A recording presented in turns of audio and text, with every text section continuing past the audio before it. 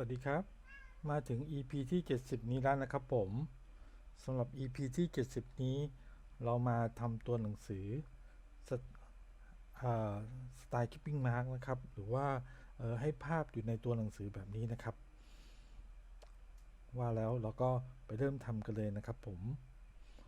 ก่อนอื่นเนี่ยเราก็เตรียมรูปภาพไว้ก่อนนะครับผมรูปที่เราจะเอาไปไว้ในตัวหนังสือนะครับสำหรับ EP นี้เนี่ยผมเตรียมรูปหาดแม่น้ำเกาะสมุยจังหวัดสุราษฎร์ธานีไว้นะครับผมจากนั้นเราก็ทำการ Copy รูปไว้ก่อนนะครับไปที่ Edit ไปที่ Copy นะครับผมทำการพิมพ์ข้อความที่เราจะให้รูปเนี่ยไปอยู่ในข้อความนะครับสำหรับข้อความนี้ก็คงจะเป็นคำว่าบีดนี่แหละครับ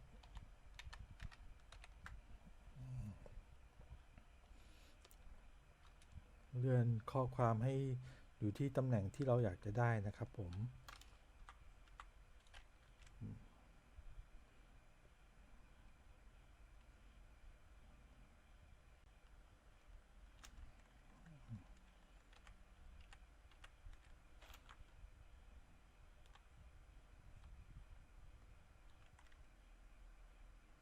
ถ้าเกิดข้อความใหญ่เกินไปก็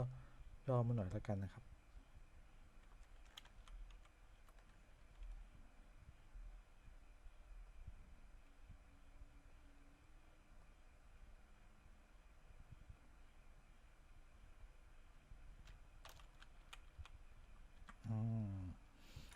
นี่นะครับจากนั้น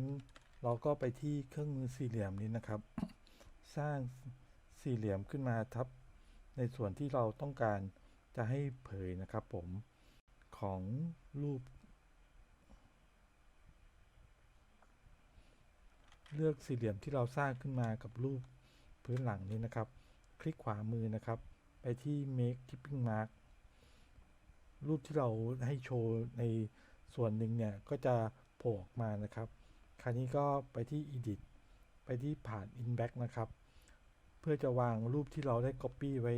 รูปหนึ่งแล้วนะครับจากนั้นก็ให้เลือกข้อความ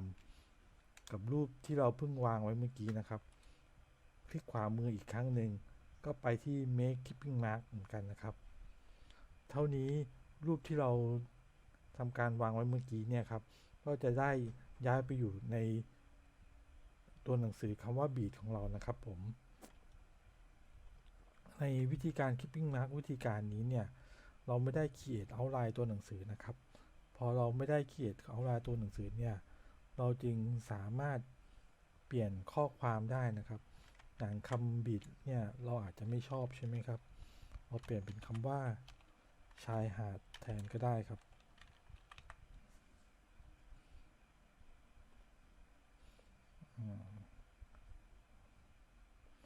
ย่อขยายเขาอีกครั้งหนึ่งครับให้มันเต็ม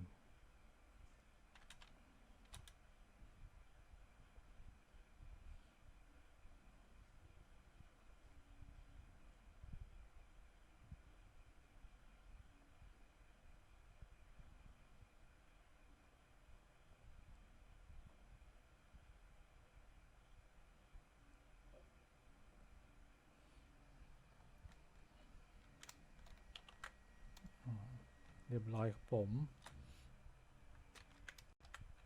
เป็นไงบ้างครับผมสำหรับเทคนิคการเอารูปไว้ในตัวหนังสือนะครับผมหรือว่า keeping mark เนี่ยใช้กันบ่อยนะครับเราจะได้เห็นในงานออกแบบทั่วๆไปเยอะแยะมากเลยครับผมสำหรับ EP ที่70นี้ถ้าเกิดชอบยังไงก็ฝากกดไลค์กดแชร์ด้วยก็ฝากกด Subscribe ด้วยแล้วกันนะครับผมสำหรับ EP หน้านั้นจะเราจะมาวาดรูปอะไรกันนั้นติดตามด้วยกันแล้วกันนะครับสำหรับ EP นี้สวัสดีครับ